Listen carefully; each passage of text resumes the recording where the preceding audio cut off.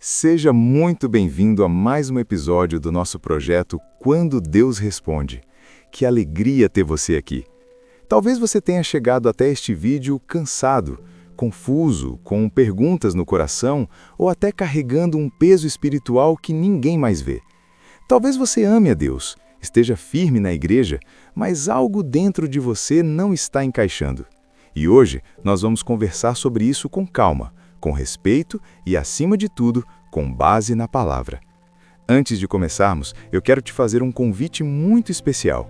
Se este conteúdo tem abençoado sua vida, já se inscreva no canal, ative o sininho para não perder nenhuma mensagem e deixe o seu like.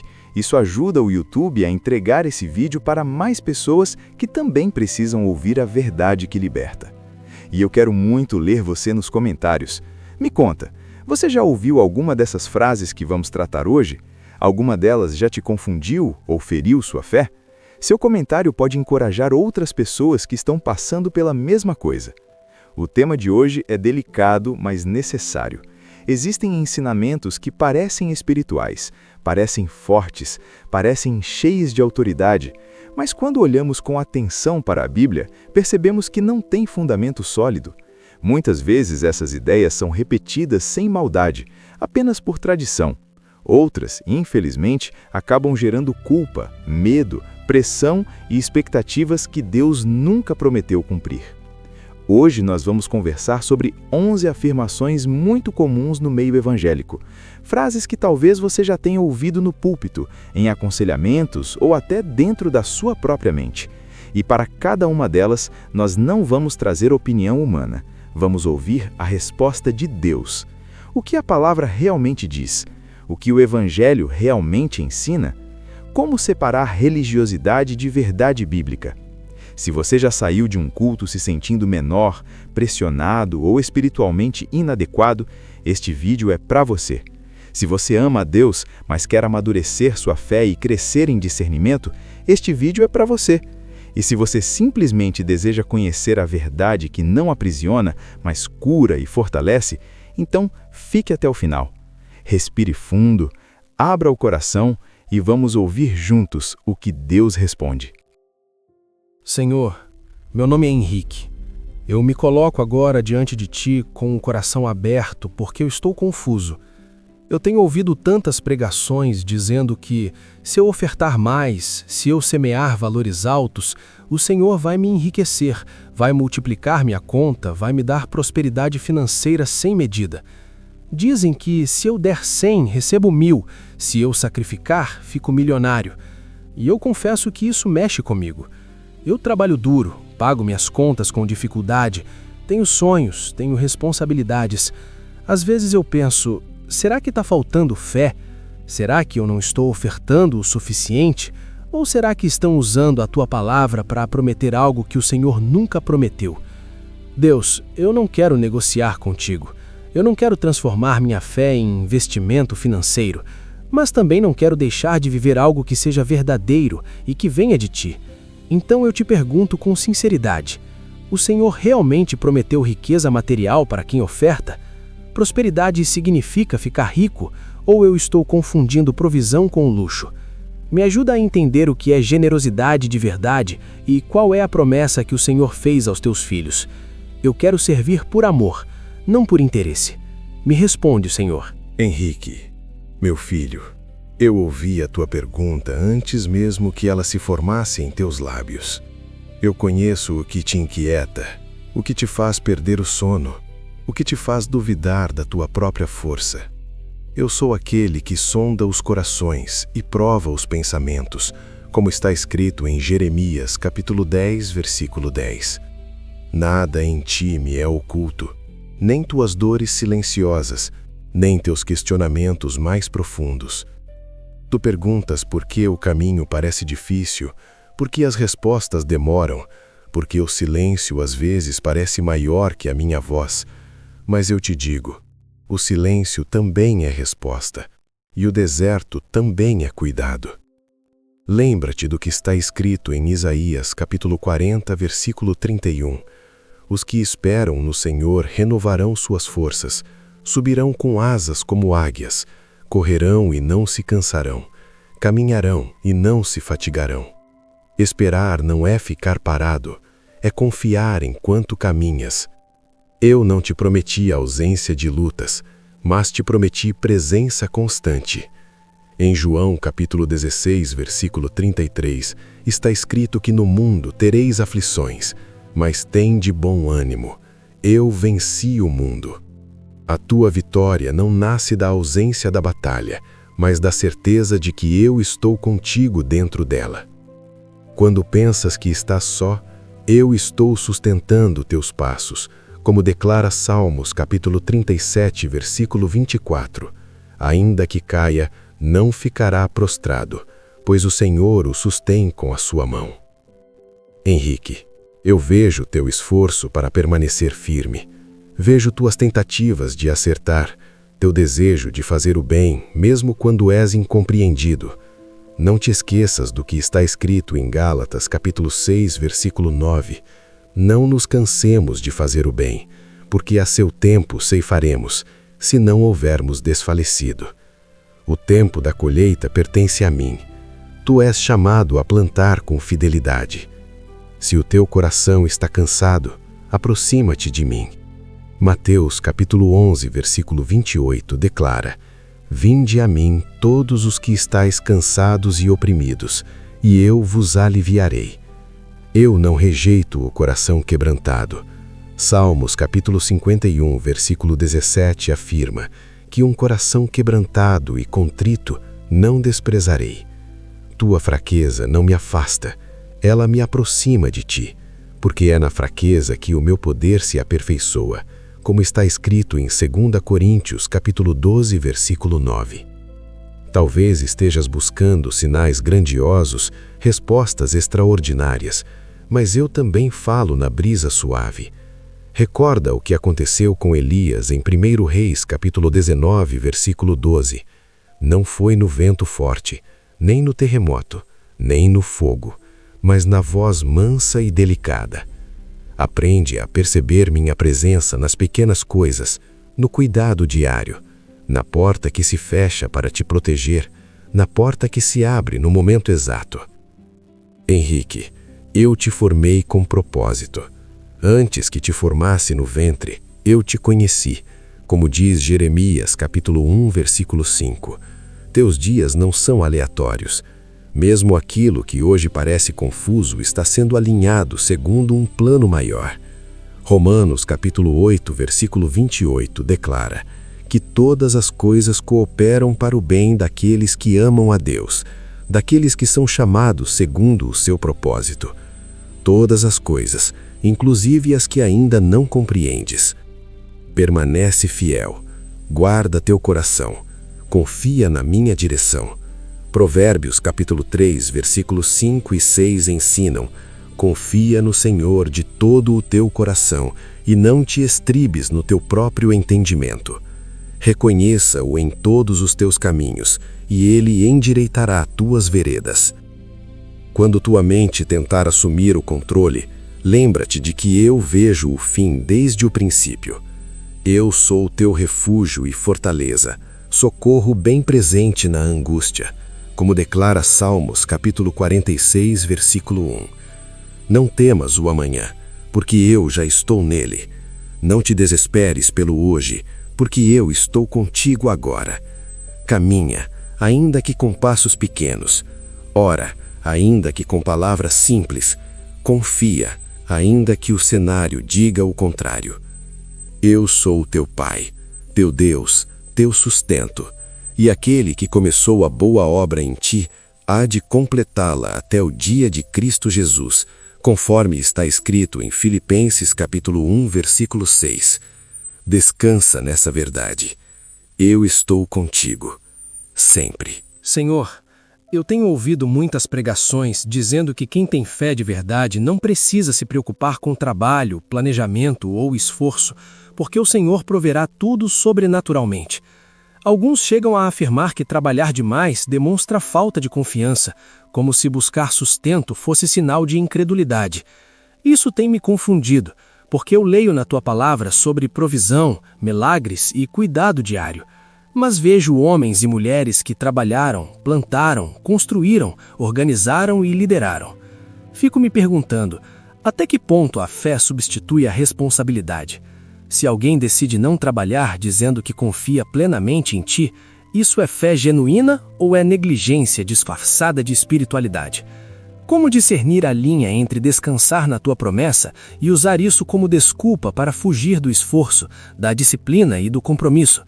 Eu quero confiar totalmente em ti, mas também não quero cair em um engano confortável. Senhor, a fé verdadeira elimina o trabalho ou transforma a maneira como trabalhamos? Henrique, meu filho, eu não te chamei para uma fé preguiçosa, mas para uma fé viva. A fé verdadeira não anula a responsabilidade, ela purifica. Desde o princípio, quando formei o homem, dei-lhe trabalho.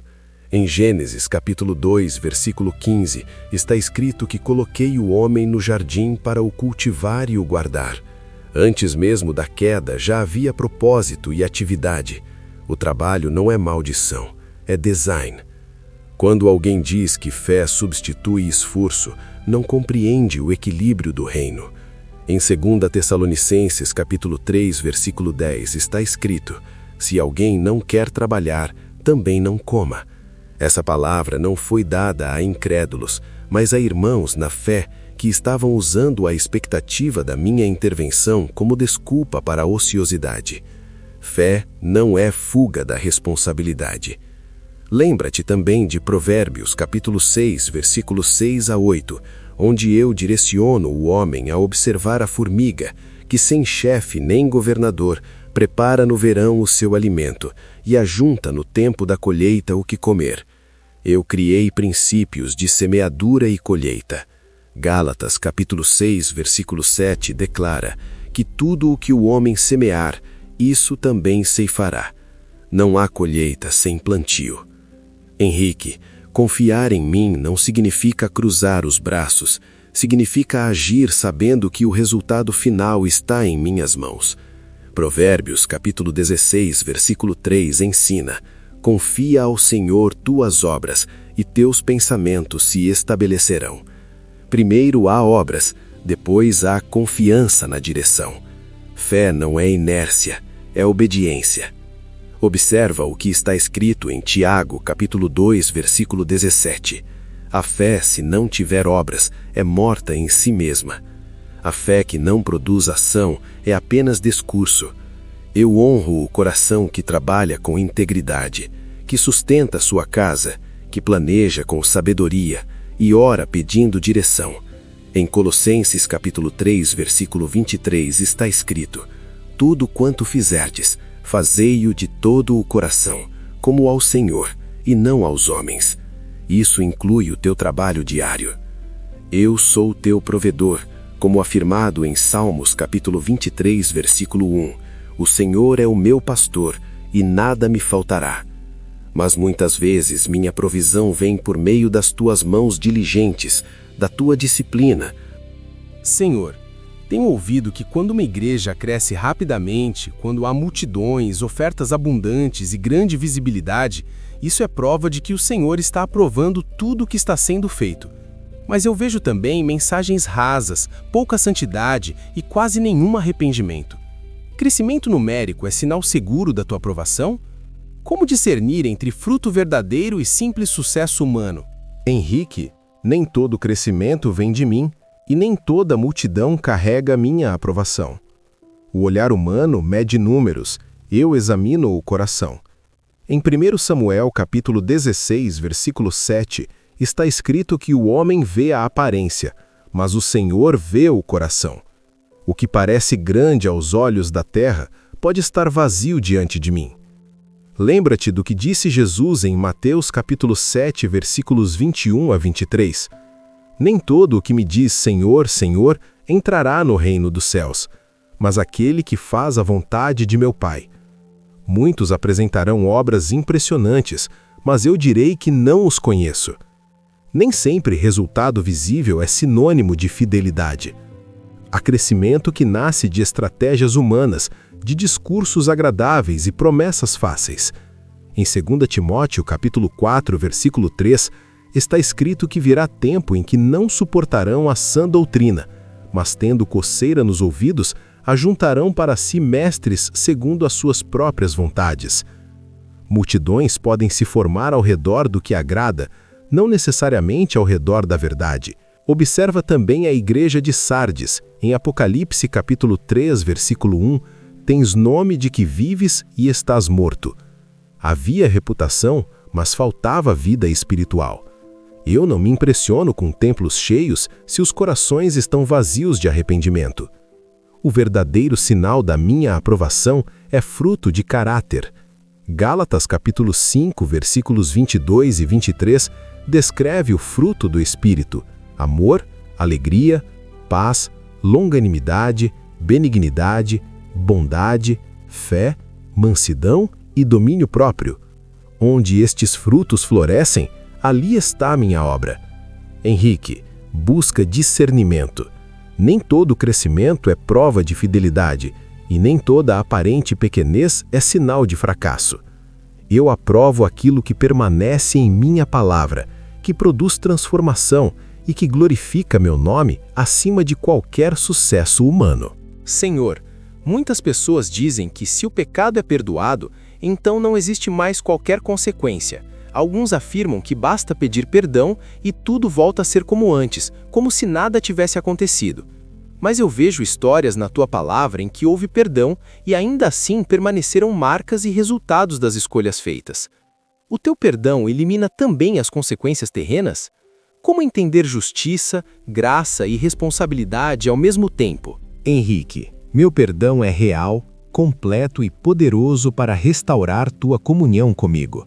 Mas ele não apaga automaticamente todas as consequências naturais de tuas escolhas. Em 1 João capítulo 1, versículo 9, está escrito que se confessarmos os nossos pecados, eu sou fiel e justo para nos perdoar e nos purificar de toda injustiça.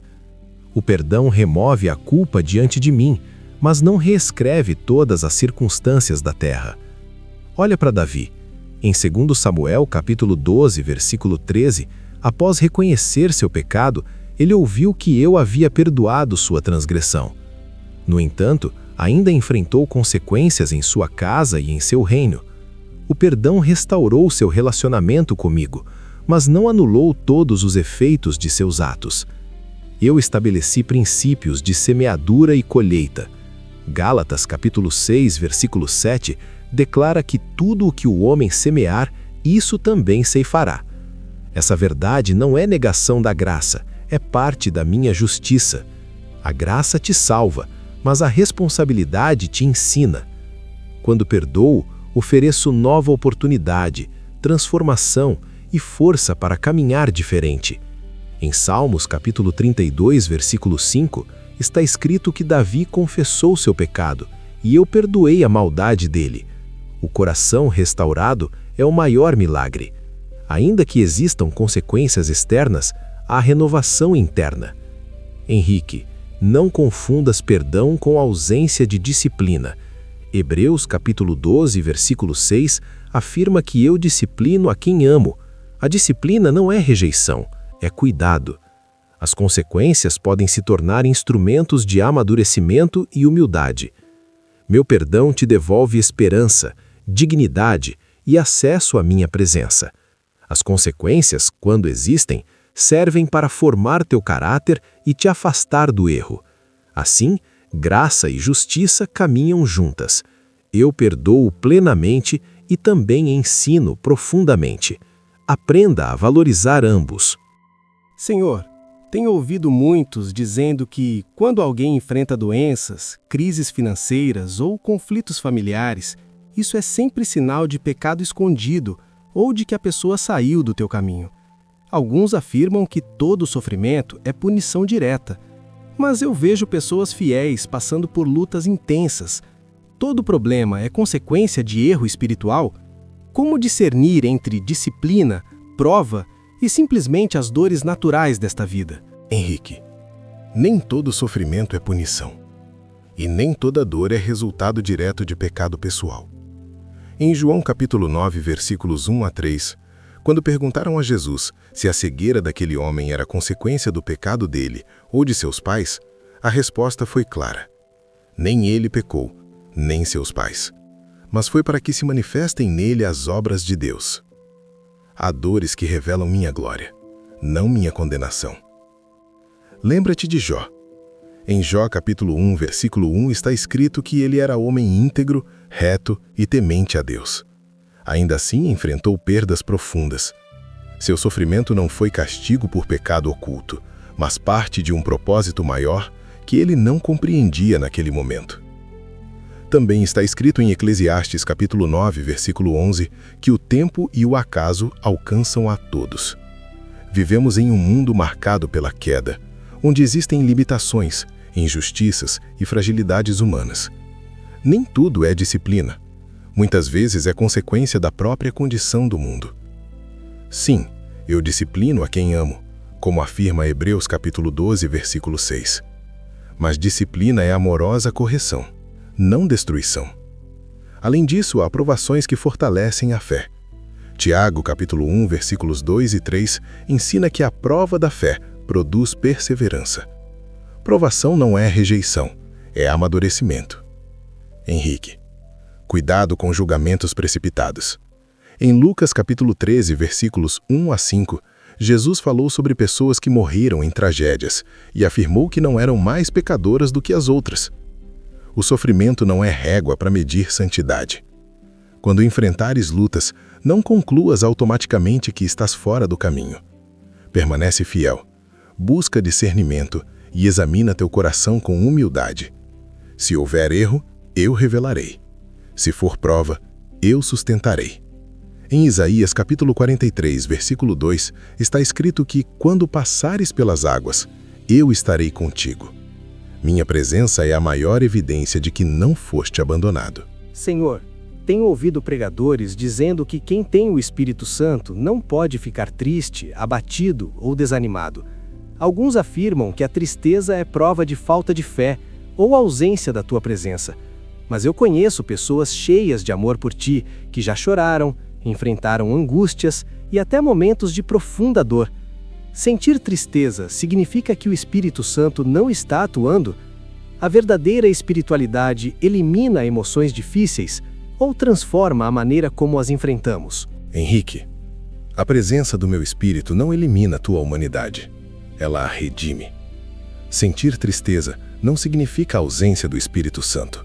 Até mesmo Jesus chorou, como está escrito em João capítulo 11, versículo 35. Ele era cheio do Espírito e ainda assim expressou dor diante da morte de Lázaro.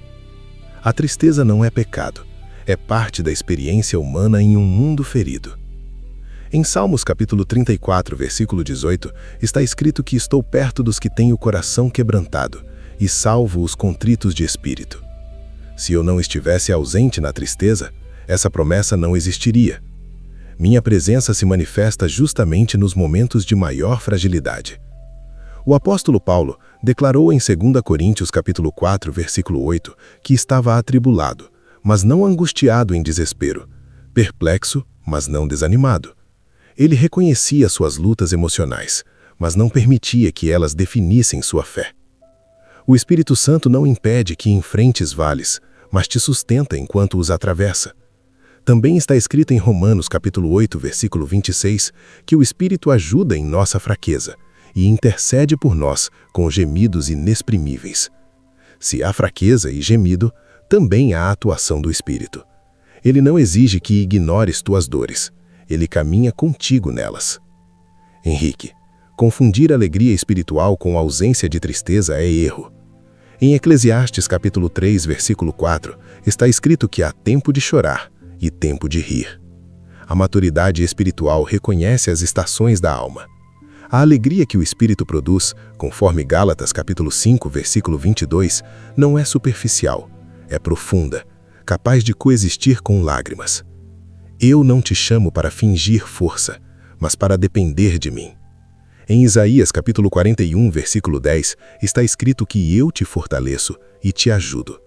Isso implica momentos em que precisas de fortalecimento. Portanto, não temas quando a tristeza visitar teu coração. Permanece em minha presença. Abre teu coração em oração e confia. O Espírito Santo não te abandona na dor. Ele consola, orienta e transforma a tristeza em crescimento e esperança. Senhor, já ouvi muitas vezes que um verdadeiro crente não pode sentir medo.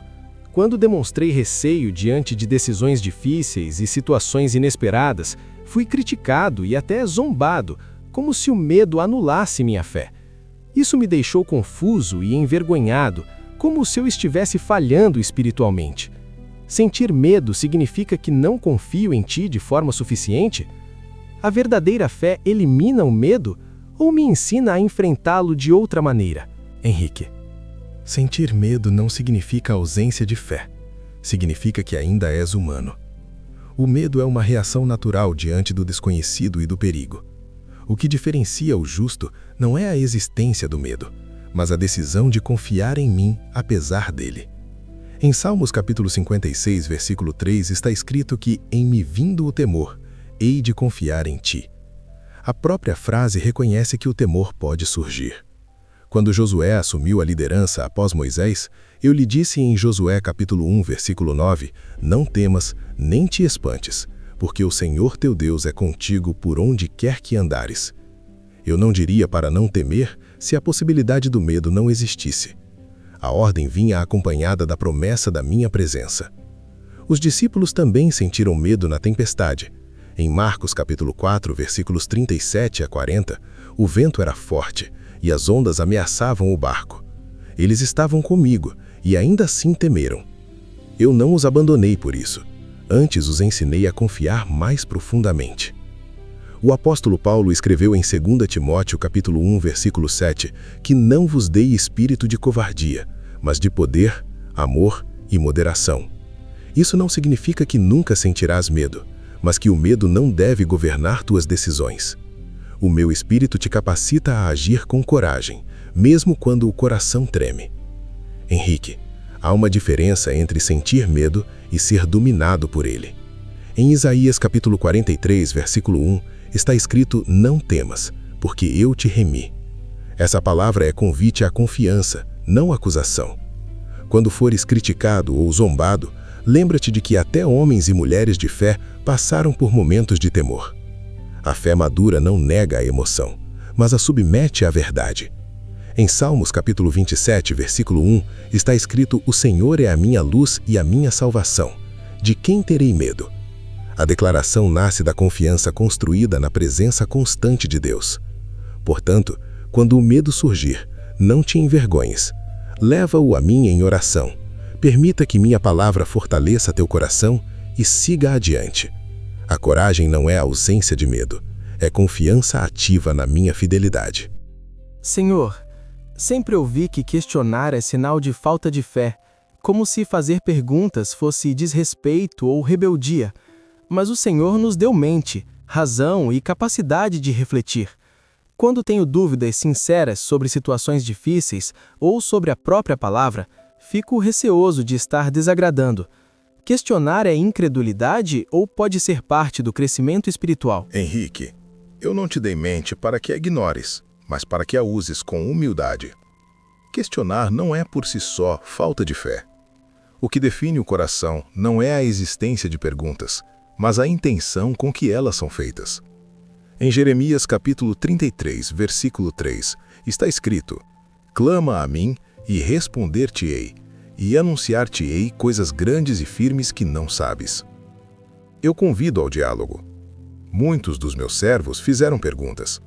Em Salmos capítulo 10, versículo 1, Davi perguntou: por que, Senhor, te conservas longe em tempos de angústia? Ele não foi rejeitado por perguntar, antes teve sua fé amadurecida no processo.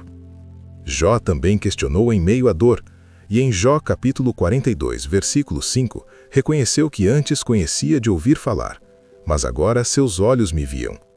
A pergunta sincera o levou a entendimento mais profundo. Até o profeta Abacuque apresentou suas inquietações, como em Abacuque capítulo 1, versículo 2. Até quando, Senhor, clamarei eu e não me escutarás? Eu respondi, revelei planos e ampliei sua visão. A dúvida apresentada com reverência se transforma em crescimento. O que desagrada meu coração não é a pergunta humilde, mas a incredulidade endurecida. Em Tiago capítulo 1, versículo 5, está escrito que se alguém tem falta de sabedoria, peça a Deus, que a todos dá liberalmente. Pedir sabedoria implica reconhecer que há coisas que ainda não compreendes. Henrique, fé não é silêncio forçado, é confiança perseverante.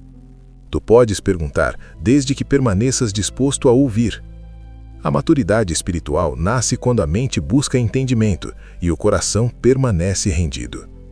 Eu não temo tuas perguntas sinceras, eu as uso para te conduzir a uma fé mais sólida e consciente. Senhor, tenho ouvido que o Senhor só fala com líderes espirituais, pastores ou pessoas com cargos na igreja. Alguns dizem que membros comuns precisam sempre de um intermediário para ouvir tua voz. Isso me entristece, porque desejo ter um relacionamento direto contigo. O Senhor se comunica apenas com líderes, ou todos nós podemos ouvir tua direção? Henrique, eu não faço acepção de pessoas. Em Atos capítulo 10, versículo 34, está escrito que Deus não trata as pessoas com parcialidade. Minha voz não é privilégio de cargos, mas fruto de relacionamento.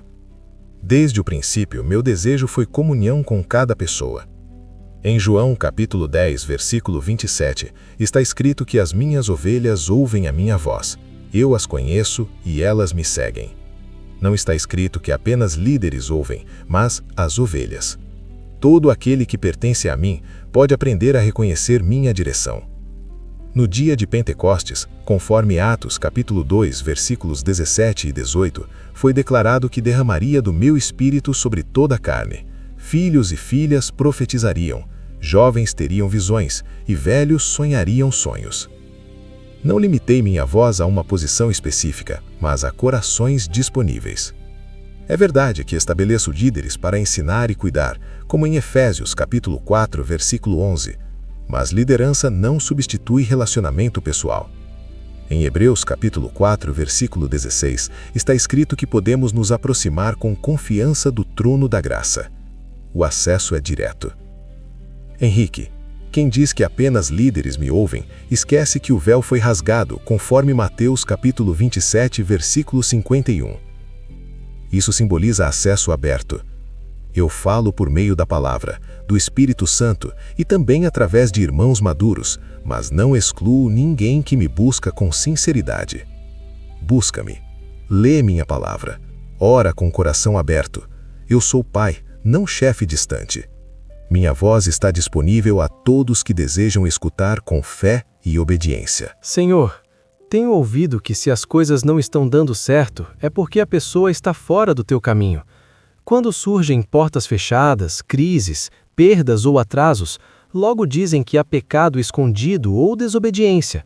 Mas o próprio Jesus afirmou que no mundo teríamos aflições. Então fico confuso. Dificuldades significam necessariamente que estou distante de ti? Como discernir entre correção, prova ou simplesmente o processo normal da caminhada contigo? Henrique, nem toda porta fechada é sinal de desvio, e nem toda dificuldade é prova de afastamento. Em João, capítulo 16, versículo 33, está escrito que no mundo tereis aflições, mas tende bom ânimo. Eu venci o mundo. As aflições fazem parte da jornada, não são automaticamente sentença de culpa. Se a aflição significasse estar fora do meu caminho, então meu próprio filho estaria distante de mim quando enfrentou a cruz. Em Isaías, capítulo 53, versículo 3, está escrito que ele foi homem de dores e experimentado nos sofrimentos. Ainda assim, estava cumprindo perfeitamente minha vontade.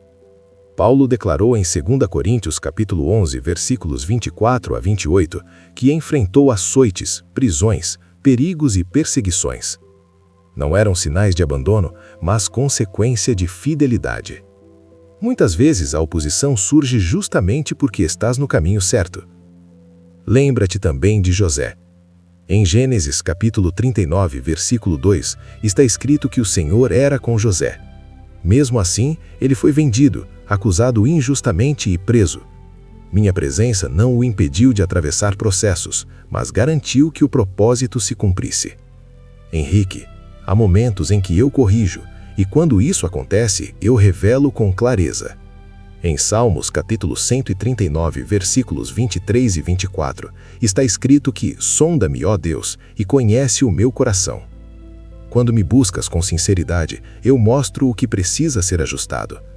Mas também há processos de crescimento. Em Romanos capítulo 5, versículos 3 e 4, está escrito que a tribulação produz perseverança, a perseverança, experiência, e a experiência, esperança. Nem tudo que dói é punição, muitas vezes é formação. Cuidado com teologia que transforma cada luta em acusação. Em Romanos capítulo 8, versículo 1, está escrito que nenhuma condenação há para os que estão em Cristo Jesus. Se estás em mim, não vivas sob suspeita constante.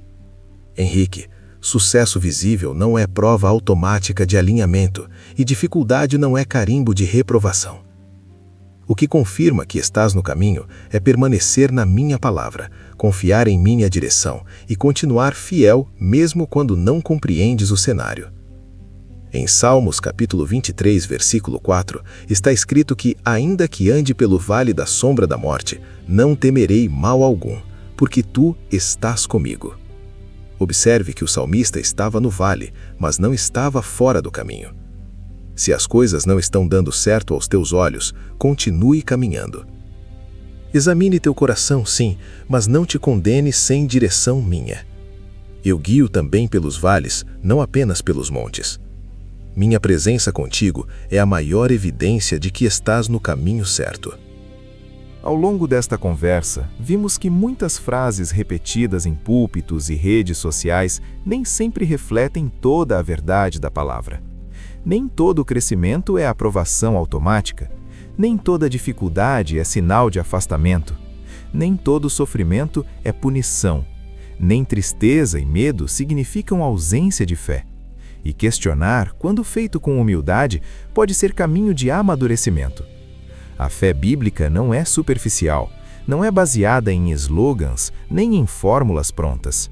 Ela é construída no relacionamento com Deus, na leitura sincera das Escrituras e na dependência diária do Espírito Santo.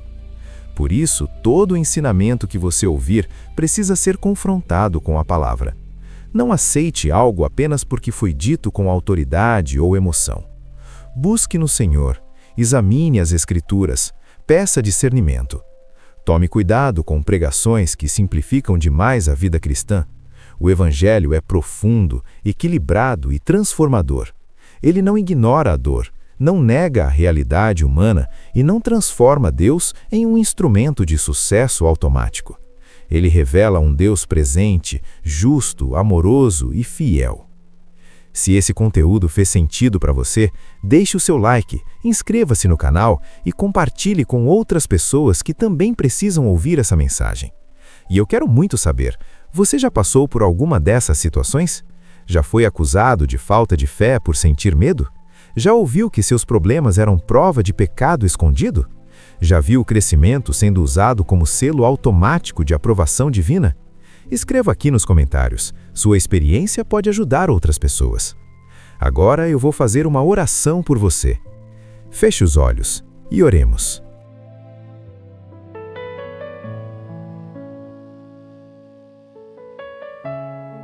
Pai amado,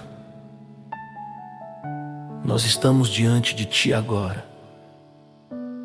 Depois de tudo que ouvimos, de tudo que refletimos, nós pedimos discernimento. Senhor, livra-nos das mentiras bem vestidas de verdade. Livra-nos das frases prontas que parecem espirituais, mas que não carregam o Teu coração. Se em algum momento acreditamos que crescer é sempre sinal de aprovação, cura a nossa visão. Se já pensamos que sofrer é sempre punição, cura a nossa compreensão.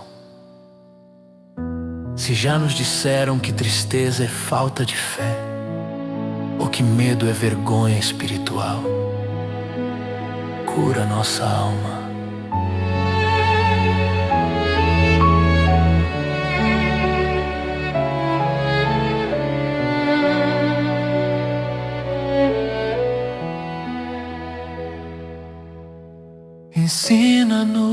a ouvir tua voz,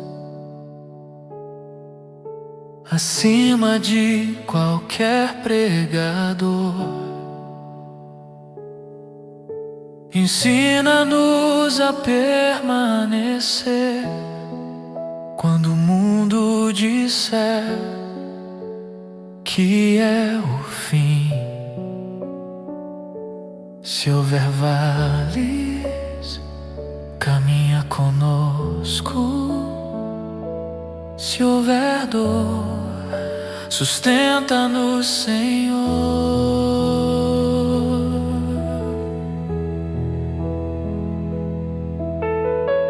Pai, que nenhuma culpa falsa permaneça, que nenhuma acusação sem fundamento encontre morada.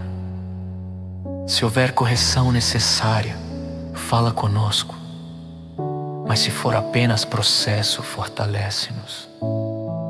Livra-nos da teologia do medo, livra-nos da fé superficial, livra-nos da dependência cega de homens.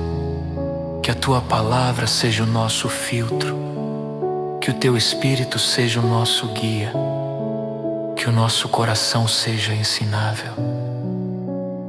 Senhor, para quem está ouvindo agora e já foi ferido por palavras duras, já foi acusado injustamente, já foi chamado de fraco por sentir medo, já foi envergonhado por fazer perguntas. Tu não nos rejeitas na dor, Tu não nos abandonas no vale. Mesmo quando a fé parece pequena, Teu amor permanece. Se as portas se fecham, Tu ainda estás lá. Se o medo aparece, Tua mão nos guiará.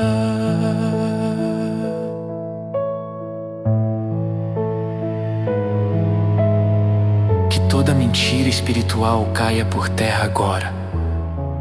Que toda voz que não vem de Ti perca força. Que todo ensino distorcido seja exposto pela luz da Tua verdade.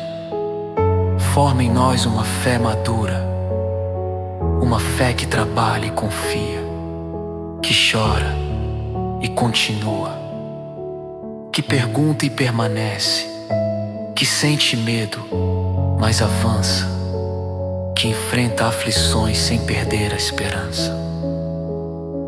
Se as coisas não estão dando certo, que não pensemos automaticamente que estamos fora do caminho. Se estivermos no vale, que lembremos que Tu também guias nos vales. Guarda-nos, Senhor, da voz do engano. Firma-nos na verdade. Conduz-nos pela Tua mão. Que a nossa fé seja firme. Que o nosso coração seja Teu. E que acima de tudo, permaneçamos em Ti.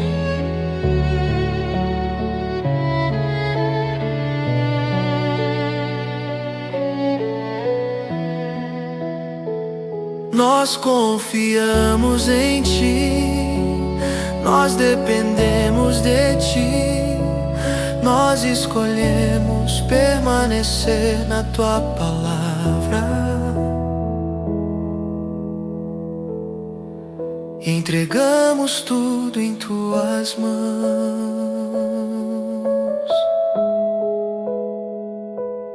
Amém.